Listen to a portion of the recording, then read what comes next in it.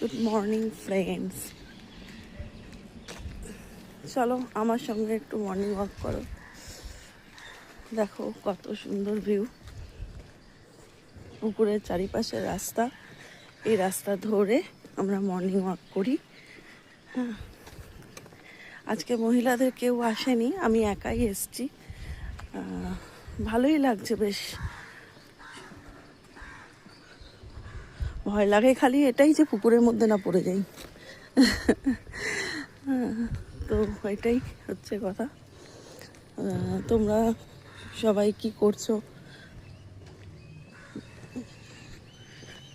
সবার দিনটা খুব ভালো কাটুক এই কামনা করি।